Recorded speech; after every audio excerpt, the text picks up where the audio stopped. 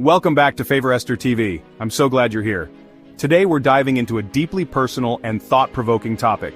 Is your identity in Christ alienating others?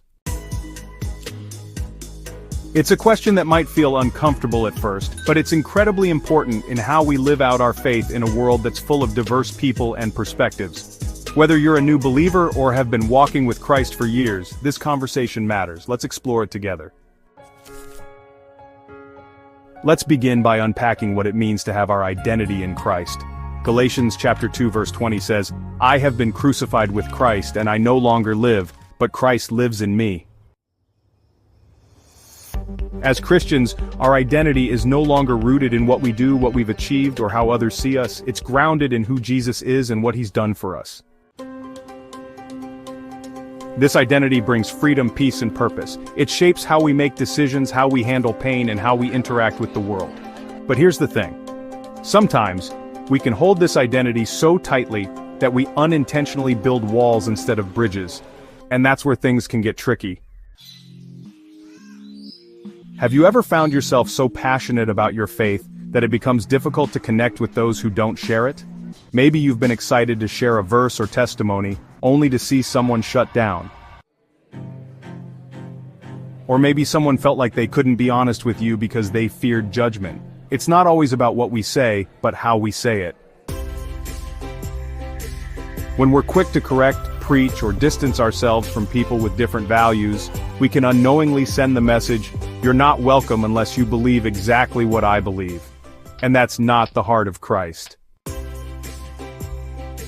I remember a friend telling me that she stopped going to a Bible study because every time she brought up her personal struggles, she felt more judged than supported.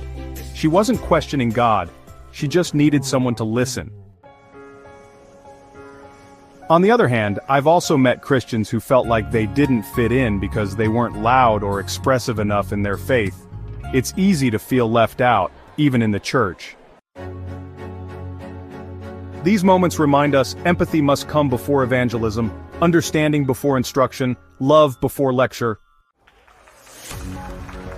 So how do we bridge the gap? How do we live boldly in our faith without building walls? Here are 4 simple but powerful ways. 1. Practice active listening. Before you speak, listen. Really listen. Ask someone about their views without planning your response. Jesus did this often, asking questions and meeting people where they were. Share your story, not a sermon. Instead of quoting verses like bullets, share how God's love changed your life. People connect with authenticity more than polished theology. Be inclusive. You don't have to agree with someone to welcome them. Create spaces where everyone feels they belong. Bible studies, coffee chats, even social events.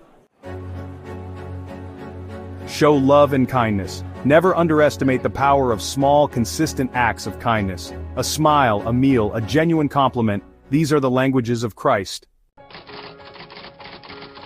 Open dialogue is a lost art, but we can bring it back. Don't be afraid to ask thoughtful questions. Try, what does faith mean to you, or have you ever had a spiritual experience? When you ask, listen without an agenda. The goal isn't to win an argument, it's to open a door. And if someone disagrees with you, that's okay. Jesus didn't force anyone to follow him. He invited them. You can do the same.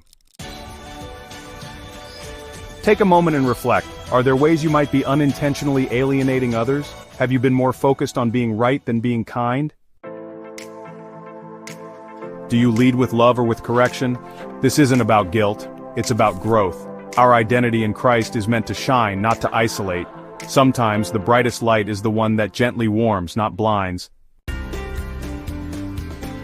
Our identity in Christ is a powerful, beautiful gift, but it was never meant to build barriers. Let's be known not just for what we believe, but for how we love.